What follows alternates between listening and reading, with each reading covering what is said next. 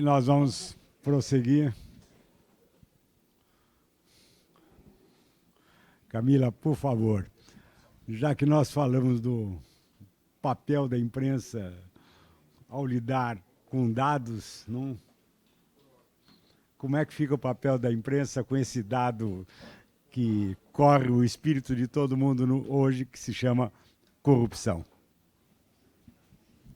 Pois é, então, hoje eu vim falar aqui um pouquinho sobre o papel da imprensa nessa guerra contra a corrupção.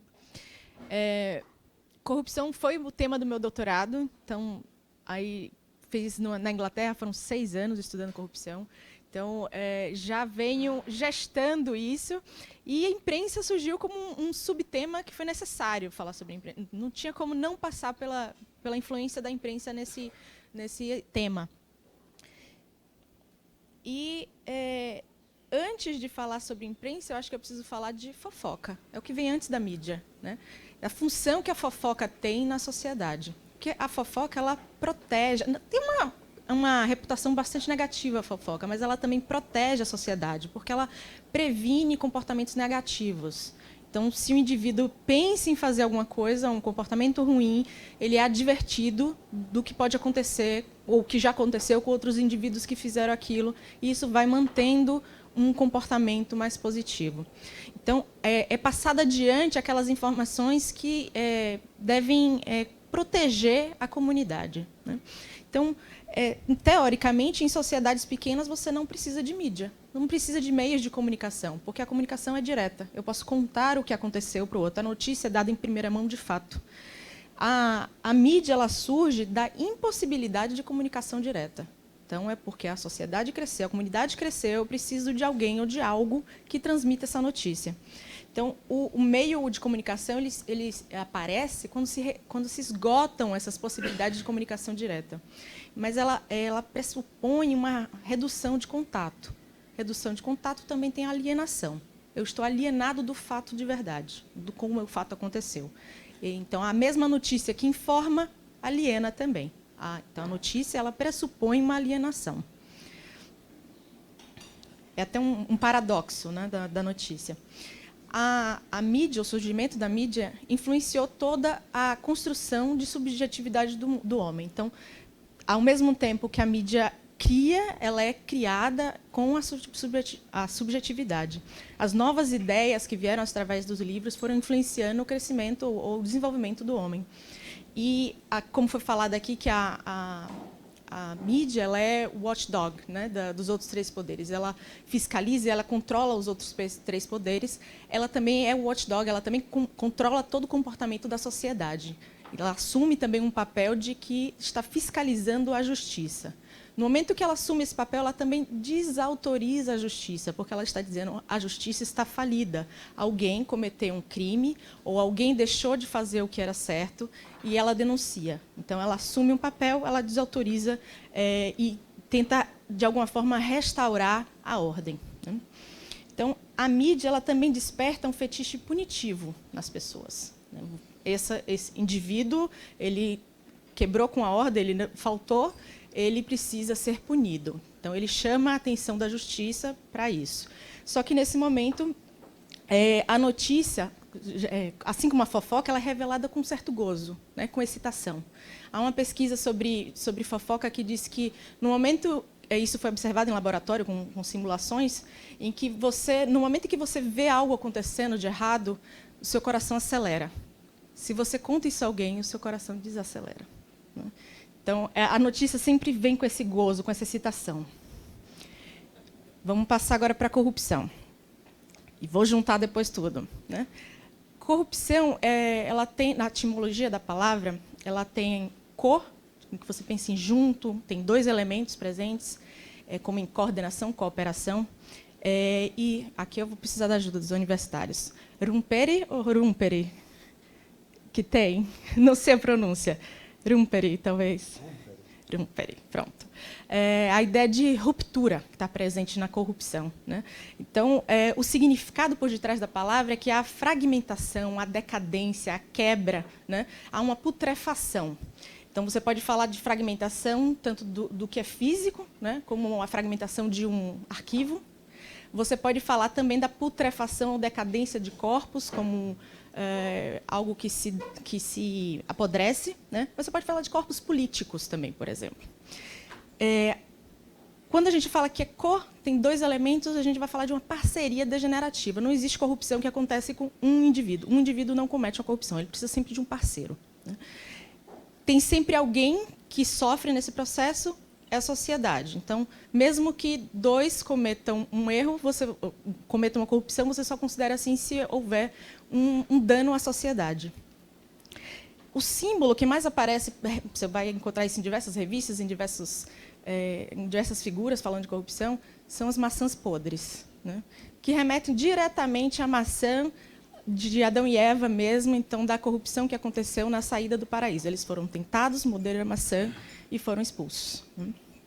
A tentação está presente no tema da corrupção.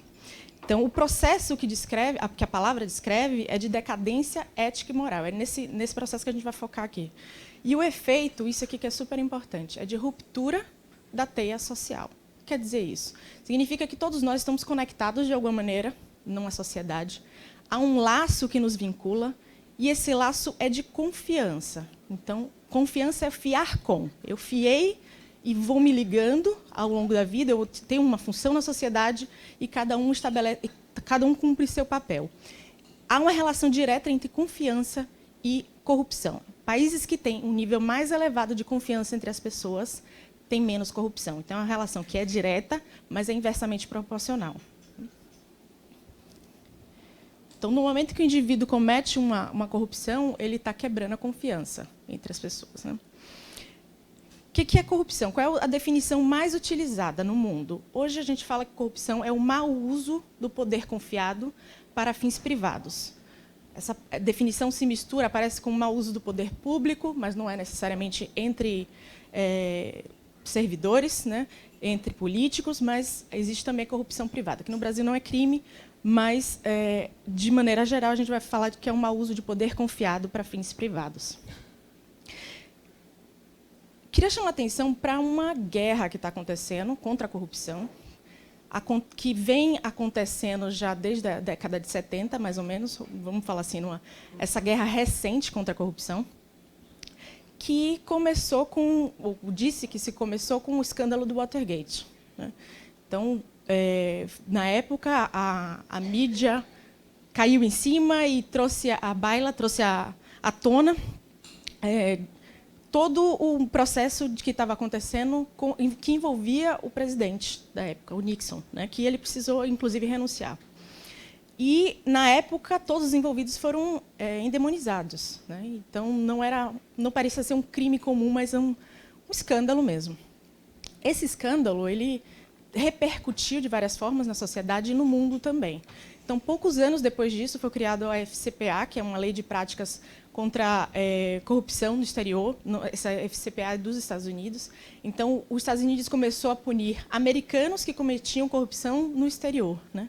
Então, antigamente, não só podia, como você poderia ser beneficiado. Na Alemanha, por exemplo, você conseguia abater do seu imposto de renda se você você usasse aquele dinheiro para uma corrupção. Então, essa mudança nos Estados Unidos começou a repercutir em outros países. Então, a gente chama essa guerra de onda anticorrupção. Ela depois aparece na Itália, influencia a Itália na Operação Mãos Limpas, também se torna um grande escândalo. Na Alemanha, há uma mudança na legislação em 99, mas quase não há mudança, só há mudança de fato quando o caso da Siemens acontece, que se torna um grande escândalo na Alemanha, porque ela estava fazendo não corrupção no seu país, mas em outros países, e todo por debaixo do pano. E no Brasil vem influenciar a nossa Lava Jato, né? Também um grande escândalo. Então, veja como esse escândalo inicial vai causando outros escândalos que vão mudando legislações, que vão mudando comportamentos. É a imprensa que é fundamental nesse processo, por conta da globalização, por conta da possibilidade de transmissão da informação, mas também porque a produção acadêmica sobre o tema era muito fraca, né? Corrupção ainda era um tema que era tabu em ciências políticas, quase não se escrevia.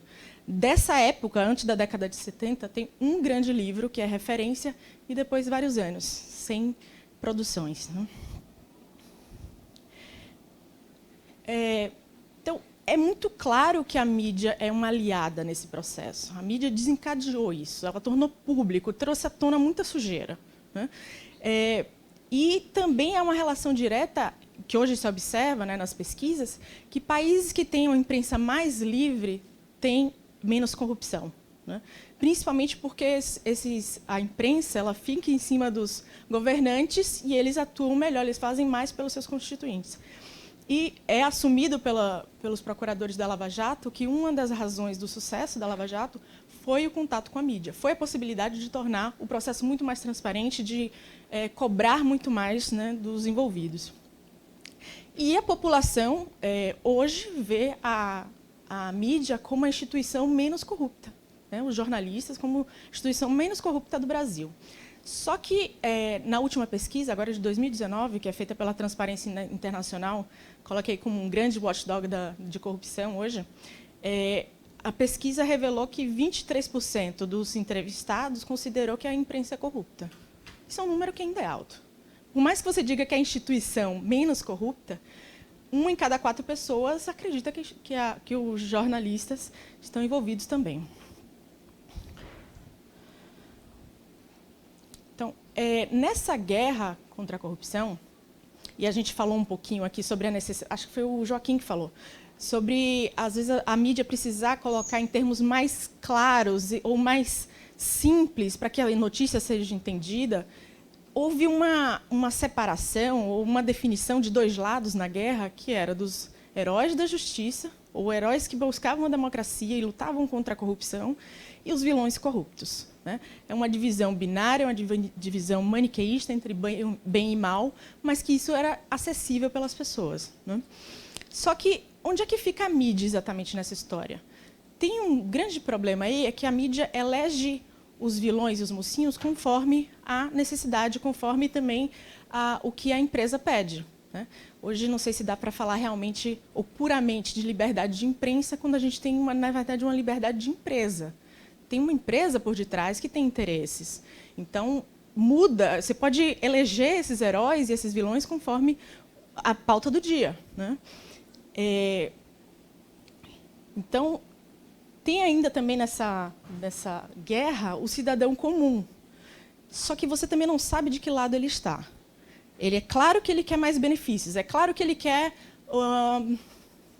mais interação e mais, essa teia social funcionando perfeitamente. Mas ele também é um indivíduo que comete as corrupções. Então, você não consegue dizer claramente de que lado ele está. Então, a mídia ela fez uma ratificação, ela confirmou estereótipos do mocinho e do bandido. Isso é um processo natural. Esses arquétipos, que são padrões de comportamento humano, que vão se repetindo, né, são como instintos. Você tem uma tendência a se comportar da mesma maneira diante de algo. Então, a mídia aproveita isso, identifica quem são mocinhos, quem são bandidos e replica. Isso é o mesmo processo, por exemplo, que aparece nos filmes. É muito bem aproveitado. A indústria americana de filmes utiliza isso o tempo inteiro, conscientemente, né, de que isso vende. É uma maneira fácil de se comunicar. Só que para quem está assistindo a notícia, que é passada como escândalo, e que vê todo dia alguém sendo preso, ou que vê uma denúncia de algo que está acontecendo errado, ali ela está aprendendo como uma criança que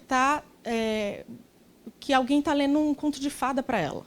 Então, imagine que toda noite, antes de dormir, a criança pede a mesma história, né? Ela quer a história da bruxa, da princesa, ela quer a história do príncipe, ela quer a história do dragão. E só que ali ela está aprendendo não sobre aquele fato, sobre aquela história especificamente, mas ela está aprendendo conceitos que são inefáveis. Ela está aprendendo sobre o bem e sobre o mal, sobre a luta entre esses 2 lados. Então, quando a notícia chega para o indivíduo comum, ele está... Pense que a gente capta muito pouco, né? Principalmente se a pessoa não teve acesso à educação. Ela está aprendendo sobre bem e mal. Não necessariamente sobre o indivíduo, né? Não necessariamente ela está se implicando no processo, eu vou falar um pouquinho sobre isso, mas ela está aprendendo sobre esses conceitos maiores, né? Sobre esse maniqueísmo. Então, a mídia ela se torna uma grande amplificadora de mitos. Então, Técio chegou a falar aqui sobre a notícia como uma mensagem subliminar, né, para o subconsciente.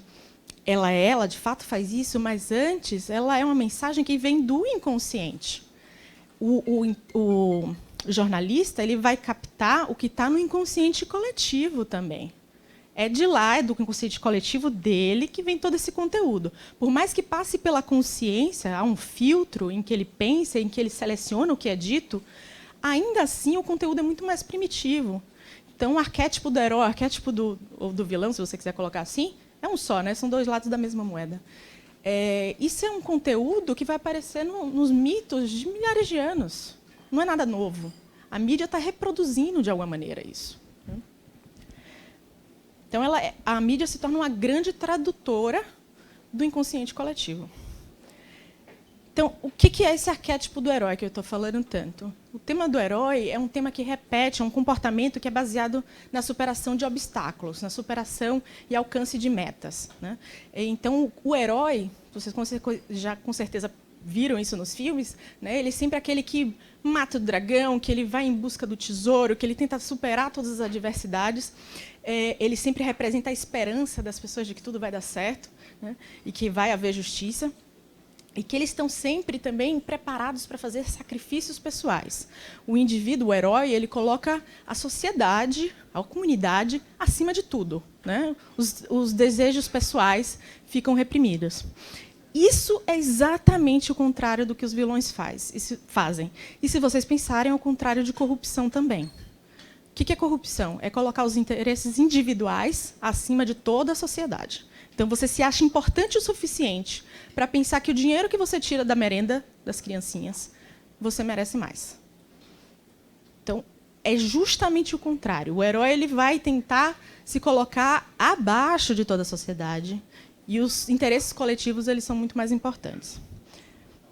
Então, quando a gente está falando, a gente está vendo os heróis na TV e a gente está falando dos vilões, é dessa diferença de interesses, né, de quem está do seu lado ou de quem não está, quem está fazendo pela sociedade, quem não está, é isso que vai incomodar. Então, os vilões eles estão, em primeiro lugar, ou é por isso que a gente fala deles, eles estão quebrando com essa teia social. É essa a ruptura deles. Não é só a mídia que faz essa seleção e para dizer quem são os mocinhos e quem são os bandidos, mas é a Transparência Internacional, que eu falei que hoje é que realmente que está discutindo o tema da corrupção, que é referência nesse tema hoje no mundo. Eles premiam indivíduos que eles consideram heróis da corrupção. Então, eles descrevem no site deles o que eles acreditam que um herói anticorrupção deve ter. Vou ler para vocês que vale a pena. Um herói anticorrupção deve ter paixão, coragem, paciência, compromisso, integridade, resiliência, perseverança e resistência. Mais ainda, eles deveriam personificar a mudança que desejam, que deveriam dar tudo, suas almas, seus corações, seu tempo e seus esforços, que eles deveriam estar preparados para mergulhar com os tubarões, que eles não deveriam achar que a corrupção está ganhando a batalha e que os heróis devem ter coração. Então, a leitura é muito mais simples, né, que um herói deve ter. Então, a gente está falando de um crime, falando de uma coisa, às vezes, até bastante burocrática, mas a forma de combate tem que ter alma, como um herói tem que ter coração, né? Então, é muito, muito parecido com o que a gente descreveria que um herói que luta contra o dragão precisa ter. Então, corrupção acaba se tornando também muito parecido com isso. Então, ela contamina, e todos falam na sociedade sobre isso, é um tema que mexe com todos, porque é como um dragão. É um bicho de 7 cabeças que a gente não sabe como lutar. Quanto mais você tenta lutar contra esse dragão, mais ele precisa de uma força hercúlea para que você vença ele.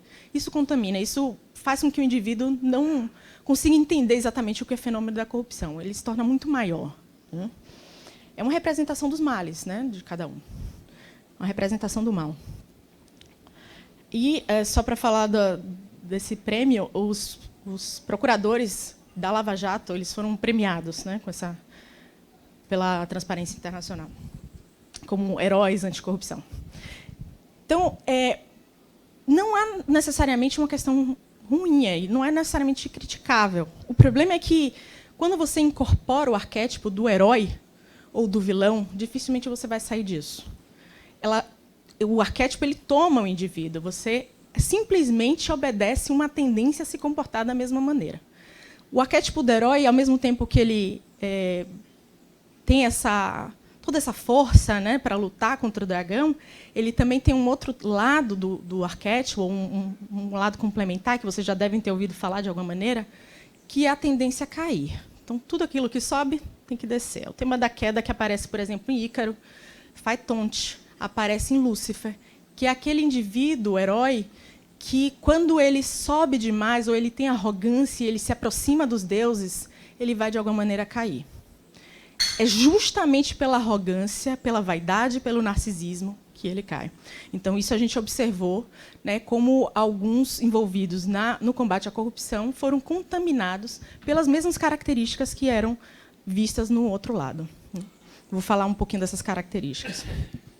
Então, no processo do combate à corrupção, combatendo a transgressão, muitas transgressões foram feitas, né?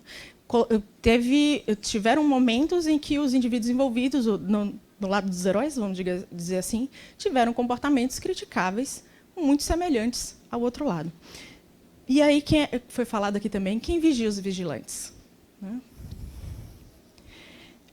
Lembrando que quem está do outro lado dos vilões, um dia, talvez, e provavelmente, também se considera um mocinho. Muitos indivíduos que hoje são políticos cometendo grandes corrupções foram um dia jovens que entraram nas ciências políticas ou buscaram a vida pública para fazer pela sociedade. Então, eles passam por esse mesmo processo, né? Por isso que são dois lados da mesma moeda. Então, quando o indivíduo que assume um papel de justiça e ele se corrompe de alguma maneira, mesmo que não aceite um dinheiro, uma propina, mas corrupção nesse sentido mais amplo, ele vai matar o símbolo da justiça, né? Perde o conteúdo, perde o significado do que é ser justo, do que é justiça, e isso afeta toda a sociedade. Isso afeta todas as relações entre os indivíduos dessa teia social. Gosto muito da frase de Bertolt Brecht, que diz: infeliz a nação que precisa de heróis. Os heróis são, em verdade, os cidadãos que enxergam. Para fazer a minha pesquisa, a minha intenção inicial, e quando você começa a pesquisa você acha que vai mudar o mundo, né? Minha intenção era entrevistar indivíduos corruptos. Não dava. Não dá. Porque ninguém assume que é corrupto, né? Nunca está em mim, sempre está no outro. E aí eu tive que mudar a minha forma de pesquisar, porque em psicologia, normalmente, a gente faz isso, para saber como que o indivíduo se sente, por que ele fez aquilo, como é estar no lugar desse indivíduo, né? A gente sempre tenta empatizar, ou empatos, você adoecer junto, só que não tinha como, né? Então, eu pensei assim, eu vou pesquisar por detrás, né? Então, eu precisei entrevistar off the record. Então, falando sobre, às vezes com políticos, mas só que falando sobre o tema geral. Então, o que você acha que é corrupção? Por que você acha que existe corrupção no Brasil? Mas não falando, você já cometeu alguma corrupção? Não dava, ninguém aceitava, né? Na verdade, quando, numa conversa com um político, se a palavra corrupção vinha à tona, eles mudavam a feição completamente na mesma hora.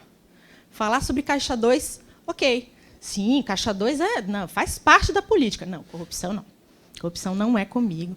Aí eu perguntava assim, você não tem alguém que você conhece, assim, que já se envolveu, que você poderia me indicar, né? O nome não vai sair na pesquisa, não se preocupe. Não. Mas Caixa 2 pode? Peraí. Né? Porque Caixa 2 é moralmente aceito, corrupção não. Então, eu fui tentando de outras formas, entrevistei também gente envolvida com a Lava Jato do lado dos mocinhos, também tive acesso a pesquisas que simularam jogos para observar a corrupção em estudantes, isso feito por outros acadêmicos, e também fui pegando o que estava na mídia, declarações de indivíduos que haviam sido presos já ou condenados por corrupção e que, de alguma maneira, confessavam. Foram poucos esses. Assim, eu tive que pegar em pesquisa, eu procurei em português, em inglês, em alemão, cheguei a olhar em italiano também, mesmo sem falar, jogava lá as palavras na internet, mas foram poucas. Eu tenho uma seleção que eu fui coletando nesses 6 anos de indivíduos que se confessavam corruptos, né? Eu fiz uma lista na minha tese que tem 20 características de personalidades que são atribuídas a esses indivíduos. Não vou conseguir falar de todas aqui, eu vou falar de 3 só, que eu acho que são mais importantes, porque eu acho que elas estão diretamente relacionadas também à imprensa, né? Primeiro é o narcisismo, né? São pessoas que são, esses indivíduos que são considerados corruptos, eles são considerados também como pessoas que têm muito orgulho, muito egoísmo, né? Se colocam acima da sociedade, têm um sentimento de grandiosidade muito grande. Grandiosidade grande é ótimo. Grandiosidade elevada. Então, esses indivíduos se colocam realmente acima da sociedade.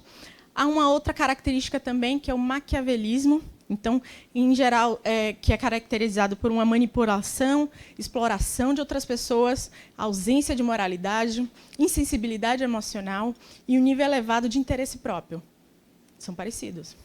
E uma terceira, que é a psicopatia, né?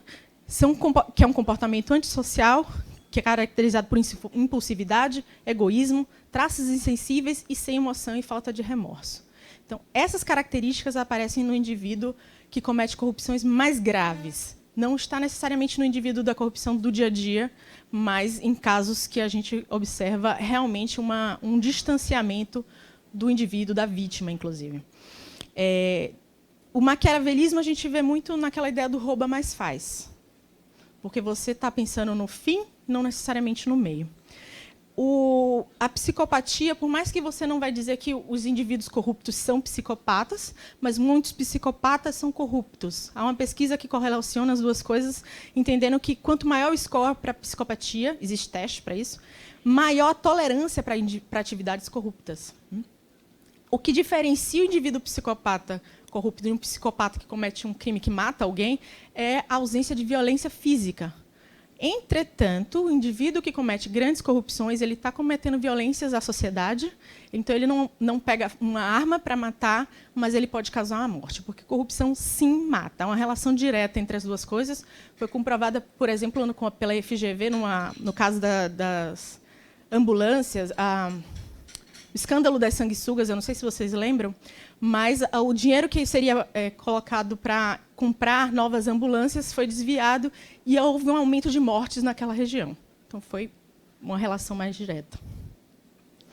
Então, todas essas características que eu fui falando, essas 3 juntas, elas são chamadas de tríade sombria da personalidade, né? Você vai ver nos principais crimes, os crimes que realmente chamam a atenção. Essas características, elas vendem notícia. Não só vendem notícia, como elas estão presentes nos filmes, elas estão presentes nos seriados. Hoje você pode acessar os principais crimes da humanidade no Netflix. Ted Bundy, não sei se alguém assistiu, estão lá. As características do psicopata, tem tudo isso que eu falei. Tem aquele seriado, não vou lembrar o nome agora, mas sobre corrupção nos Estados Unidos, com o Kevin Spacey, muito bom, por sinal, em que House of Cards, obrigada, e que aparece tudo isso, né? Isso vende, as pessoas se interessam, elas querem saber mais, né? Elas querem entender por que algumas pessoas não se importam com essa teia social, porque elas não entendem a necessidade de manter isso e porque elas têm a audácia de transgredir. Então, o que nós projetamos nesses indivíduos? Nós somos bons e justos. Eles são corruptos. E o indivíduo que comete a corrupção também não se vê como corrupto. Então, tem uma grande dicotomia em que, então, se eu sou bom e justo, eu não cometo corrupção, então quem é que comete? A mídia, ela personalizou os indivíduos que cometeram as grandes corrupções. Isso acontece em outros países, mas em bem menor grau. Aqui a gente sabe o nome de quem julga, o nome de quem é julgado também, só que o indivíduo que assiste esse escândalo, assiste a notícia, ele não necessariamente se implica. Então, aquela grande função da mídia, que é levar informação, que é noticiar, que é falar sobre o que acontece, ela também, como lembra que eu falei, ela também aliena. O indivíduo não se implica. Não fui eu. Quem fez foi fulaninho, tem nome e sobrenome de quem fez. Mas não há uma responsabilização. Então, há uma função também social, lembra que eu falei da fofoca? A mídia também funciona para poder reprimir desejos, né? Então, é noticiado para que ninguém faça como aquele sujeito fez. Eu observo, assisto na TV e penso, então, eu não posso fazer assim. Eu reprimo um desejo meu, mas o desejo não quer dizer que ele não existe. Então, aquele indivíduo fez, ele conseguiu obedecer ao desejo dele e ele não foi parado pelo altruísmo, pela ligação com o outro, pela empatia. A falta de empatia dele fez com que ele simplesmente obedecesse seus desejos. O indivíduo que assiste, ele também, quando observa, ele entra nesse processo de repressão de desejos. Eu não posso fazer.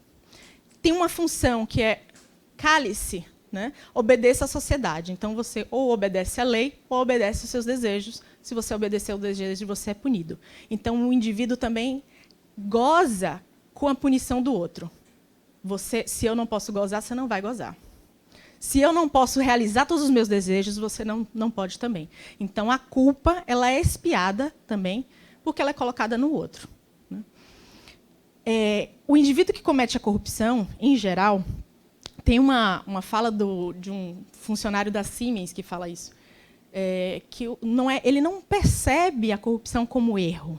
Ele não sente que está cometendo algo que prejudica toda a sociedade.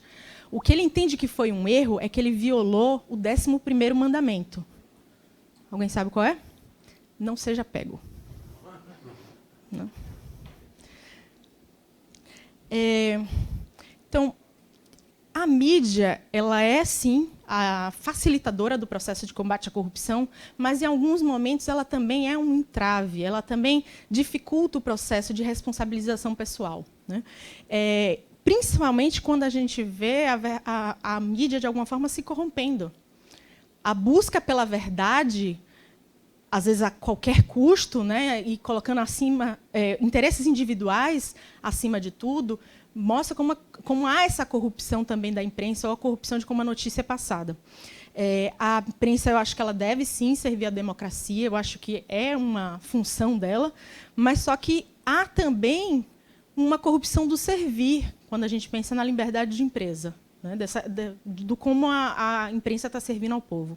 Então, a mídia, ao mesmo tempo que ela quer a justiça, ela também enfraquece a justiça, revelando todos os seus podres, revelando todas as suas falhas.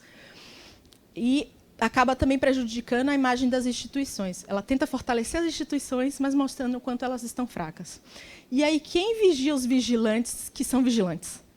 Se nós temos a justiça como vigilantes, a mídia como vigilantes deles, quem é que está vigiando a mídia? Tem um outro aspecto que eu acho que é importante falar, que o meu ponto de vista vai ser sempre um indivíduo, né? Como é que isso chega para um indivíduo? O público é bombardeado com notícias, né? Eu entendo que a intenção da mídia é levar consciência, né? Levar consciência política, inclusive, para a mudança. Mas eu acho que, nesse processo, esse bombardeamento de notícias ele é traumático, né? Você está dizendo ali o tempo inteiro que alguém roubou o dinheiro desse indivíduo. Ele iria para um transporte melhor, ele iria para a merenda das criancinhas, mas alguém passou a perna em você. Isso está sendo repetido. Você foi traído. Você confiou na sociedade, mas alguém traiu a sua confiança. Há um furo na teia social. Ele está sendo lembrado todos os dias disso, né? Então, isso vai traumatizando e retraumatizando, vai se tornando uma experiência traumática coletiva. Corrupção, hoje, é um trauma coletivo também, né? Então, imagine que é um povo já sofrido, já abusado, e ainda ouvindo a mesma coisa. Eu lembro que teve uma campanha que eu acho que teve a intenção de fazer o público se implicar mais, mas eu acho que teve efeito contrário. Vocês devem lembrar a campanha do Brasil que eu quero, da Globo, né? Que as pessoas pegavam o microfone e se filmavam para poder falar das mudanças que elas queriam para o país. Naquele processo ali, eu acho que elas pensavam em alguma coisa para falar, elas realmente denunciavam algo, a mídia, de alguma forma, estava dando algum poder àquelas pessoas, mas aquela propaganda, aquela campanha também exacerbava exatamente o contrário, que era narcisismo, era você se ver fazendo, era você se assistir na TV. E aí, será que você realmente se implica na corrupção ou você está denunciando que está no outro? Não tem implicação. Então, o clima da mídia, em geral, é de limpeza ética. Vamos fazer essa limpeza. Mas não tem tanta mudança assim. Eu acho até que a mudança acontece, tá? Mas ela leva muito tempo para acontecer. A Dinamarca, que hoje é considerado o país mais limpo do mundo, começou o processo de mudança há 350 anos atrás. Levou todo esse tempo para chegar onde eles estão. Começou com um rei, lá atrás, que disse, vamos acabar com os privilégios da nobreza. E ele implicou a população no processo, a população entendeu que precisava participar disso. 350 anos atrás, para chegar no ponto que está. Eu acho que nosso processo é muito mais longo por causa do tamanho que nós temos, do tamanho do Brasil, mas nós temos acesso à mídia, que traz a informação muito mais rápido. Então, nós conseguimos acessar o processo do outro muito mais fácil e, de alguma maneira, importar. Então, acho que quando a mídia identifica quem é a vítima, qual é a dor dela, ela julga o vilão e ela também tenta, de alguma maneira, encontrar o responsável nas reportagens investigativas e tudo mais, ela também julga esse indivíduo. E o julgamento eu não acho que deve ser feito pela mídia, mas com a mídia. Para terminar, falei do que é corrupção. Corrupção é o mau uso do poder confiado para fins privados. O que seria o oposto disso, o oposto de corrupção? Eu entendo que passa, de alguma maneira, pela coesão social. É a compreensão do seu papel na sociedade, do seu vínculo, da sua função, do quanto o que você faz implica no comportamento ou na vida do outro. Então, você não pode pensar na sua própria vida. Mas, então, é o contrário de individualismo também. Mas, além disso, consciência moral. Então, acho que o contrário de corrupção vai ser coesão social com consciência moral. Então, seria o bom uso do poder confiado para fins coletivos. Então, acho que a saída para a corrupção, com certeza, passa pelo fortalecimento dessa teia social. Provavelmente através da sociedade civil e não só com esse olhar de cima da mídia que é bombardeando e noticiando apenas. É isso, gente.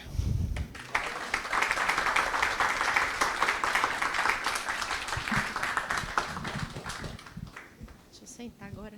Senta-se.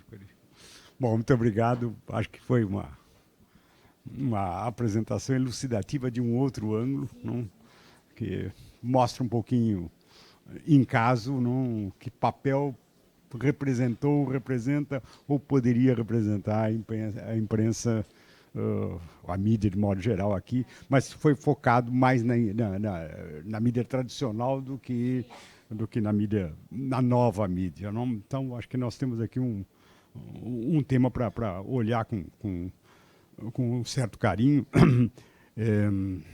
A sua lembrança da Dinamarca, me recordo quando exercia lá a função de secretário executivo do Ministério da Justiça, procurado por um repórter inglês, não? Entre outras coisas, ele virou-se para mim e falou assim, eu tenho interesse numa coisa, eu ouvi dizer que houve um presidente no Brasil que dizia para os meus amigos tudo, para os meus inimigos a lei. O senhor podia falar um pouquinho sobre isso? E eu comecei dizendo para ele, falei assim, olha, acho que a palavra lei, como nós usamos, está longe daquilo que vocês dizem e usam a palavra na Inglaterra. Daí ele me interrompeu, eu falei assim, olha, eu entendo isso, mas calma, nós levamos 1000 anos para aprender isso. Não? Eu fiquei meio desanimado, mas enfim. Como lidar com esse tema, acho que é um desafio, mas ao mesmo tempo também mostra um pouquinho e incomoda. Não?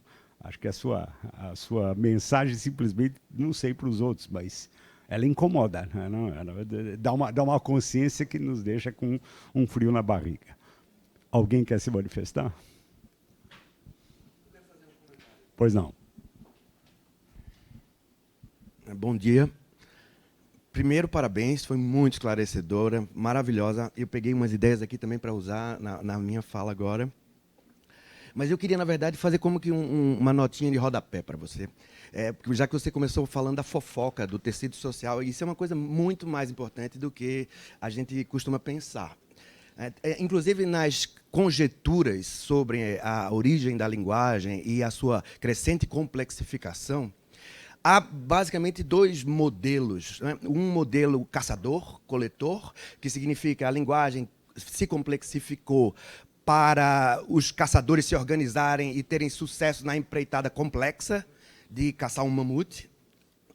Então, precisa de muita gente, muita articulação, e a linguagem teria se desenvolvido para esse sentido.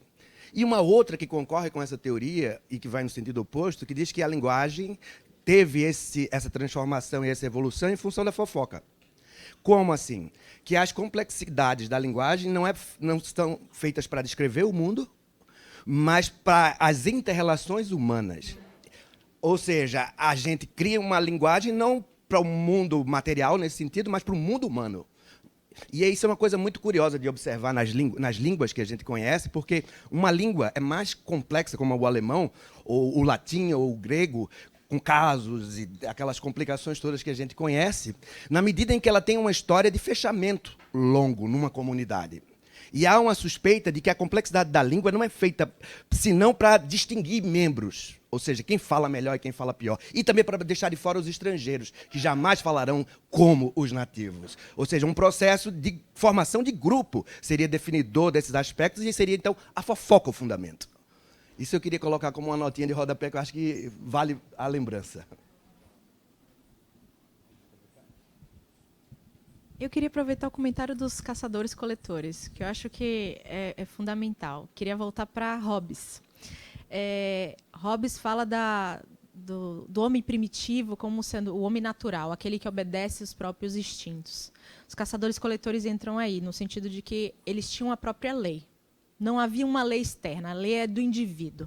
Eu faço porque eu preciso comer, porque eu preciso caçar, eu devolvo o que vem a mim. Então, se alguém me faz mal, eu devolvo esse mal. Quando Hobbes diz, olha, agora nós precisamos entrar em um acordo, há um acordo social, há uma relação entre indivíduos, há um contrato de que, para viver em sociedade, você precisa obedecer à lei. A lei se torna externa, não está mais em mim, não está no indivíduo. Né? Então, aí também se perdeu a ideia de que você é responsável pelo que acontece para você, você faz a sua lei, que você está vinculado à lei de uma maneira direta. Ela quando ela está no Estado, ela é externa. Então, a corrupção, ela também denuncia isso, de que eu não sou muito responsável pelo que acontece, não há responsabilidade em mim. Está no corrupto, no político que faz lá em Brasília. Né? Eles são responsáveis pela lei, eles que ditam o que é certo e o que é errado, eu não participo disso. Então, lá dos caçadores-coletores, mesmo que eles estivessem obedecendo à lei do desejo, né, eles estão sendo mais fiéis a essa lei individual, com mais responsabilidade. E o indivíduo que é corrupto, ele tem uma transgressão, ele tem algo desse indivíduo que fez a própria lei, ele está obedecendo aos próprios desejos, mas numa sociedade que não tolera mais isso, que não dá mais. Então, tem algo de primitivo na corrupção, que é o indivíduo tentando ter a própria lei quando existe um Estado, quando existe uma sociedade que ele precisa obedecer esse contrato social. Tá? Você não vale.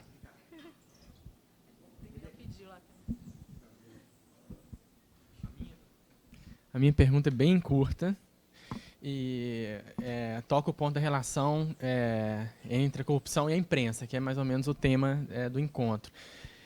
Quando a gente fala de corrupção, eu peço desculpa aqui aos penalistas, que eu não entendo nada de direito penal, tem que ter um elemento público, um funcionário público recebendo em troca de algo. Enquanto dentro do jornalismo, a corrupção, por exemplo, um jornalista que receba dinheiro para publicar um artigo, estaria mais dentro, não seria corrupção, seria algo regulado dentro da autonomia privada, porque seria uma relação contratual, por um lado, e, por outro lado, ele feriria os estándares da profissão. Né? Então, e aí eu percebo um pouco na discussão, talvez não aqui hoje, que há uma certa inflação do uso do termo corrupção. Né? Se você aplica corrupção em tudo, você não consegue meio que delimitar o que é ou o que não é corrupção. Né?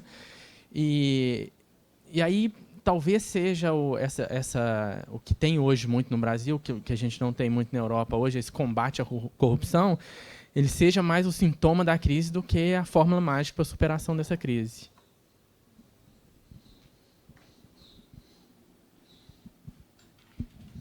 Então, eu precisei estudar desde da corrupção no direito penal, assisti aula de direito, com crimes de colarinho branco, inclusive num modelo excelente.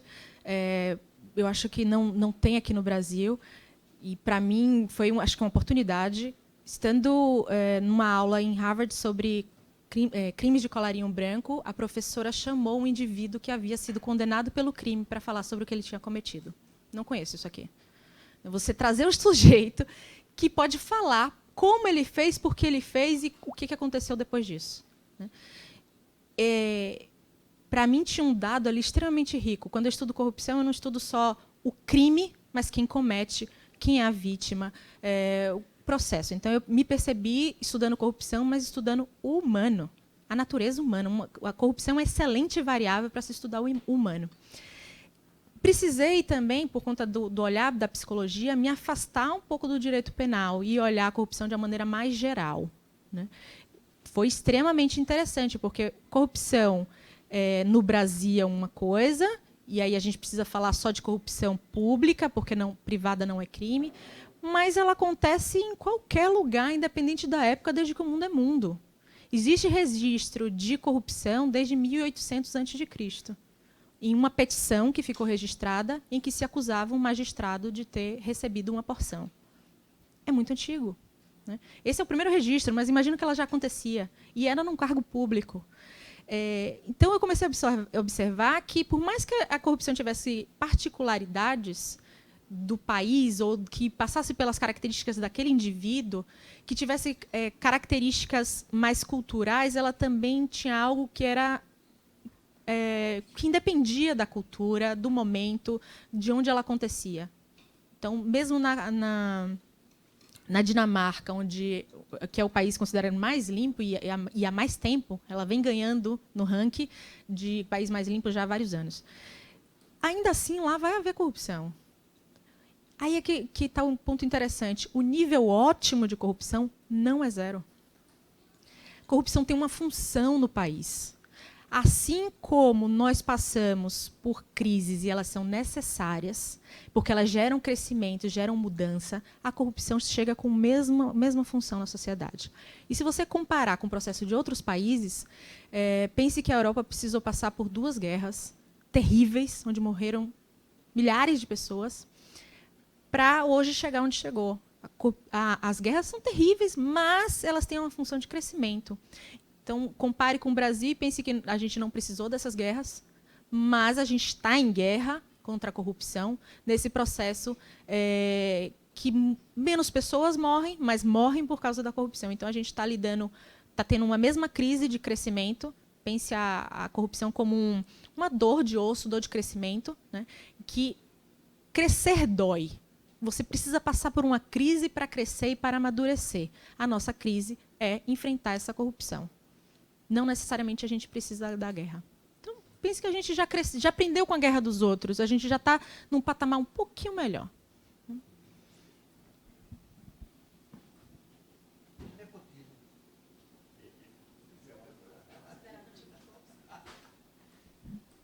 Bom, eu queria parabenizar a palestrante.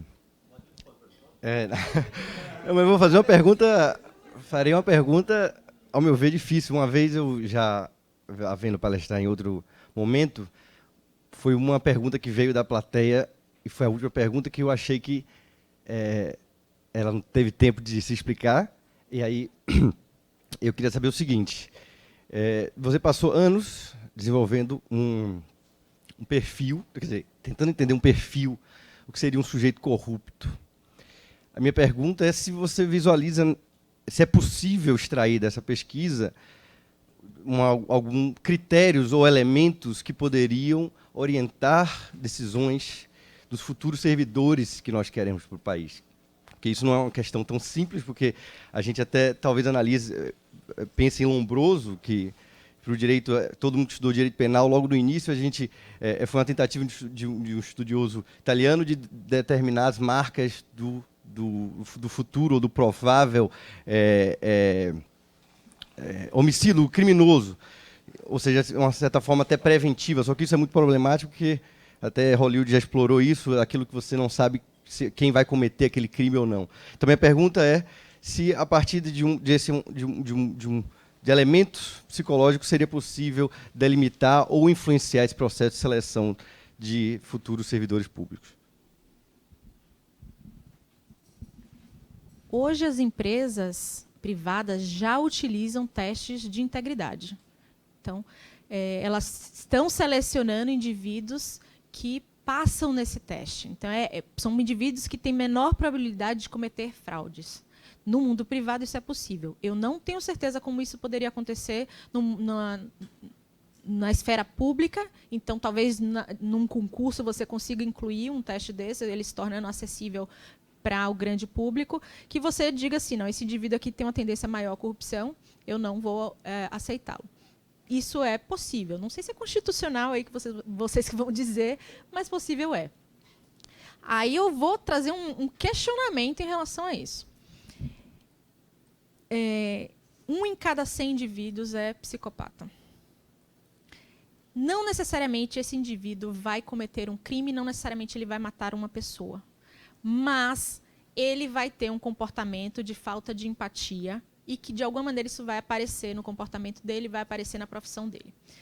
Em geral, esses indivíduos têm profissões em que ele se expõe a riscos maiores, em que a falta de empatia ela é necessária e que ele consegue se apoiar em pessoas para subir na carreira.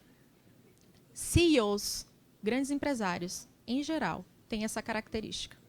Então, não é que você vai tirar da sociedade os psicopatas, mas você vai torná-los úteis e funcionais. Então, se você simplesmente tira da política todos os psicopatas, você pode estar também perdendo uma funcionalidade importante deles.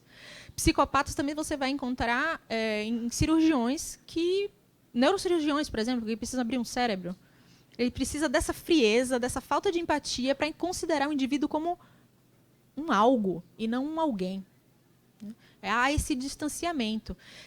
Então, eu não posso dizer, tire todo mundo, faça um teste que tire os psicopatas da política ou do serviço público, porque você prevenir que ele pode lesar a sociedade. Não, vamos talvez identificá-los e prepará-los ou utilizar as capacidades dele de uma forma melhor na sociedade.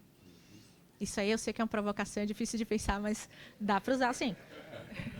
Eu lembrei de Minority Report. Que é esse tema, não? Mais alguém? Bom, muito obrigado, Camila.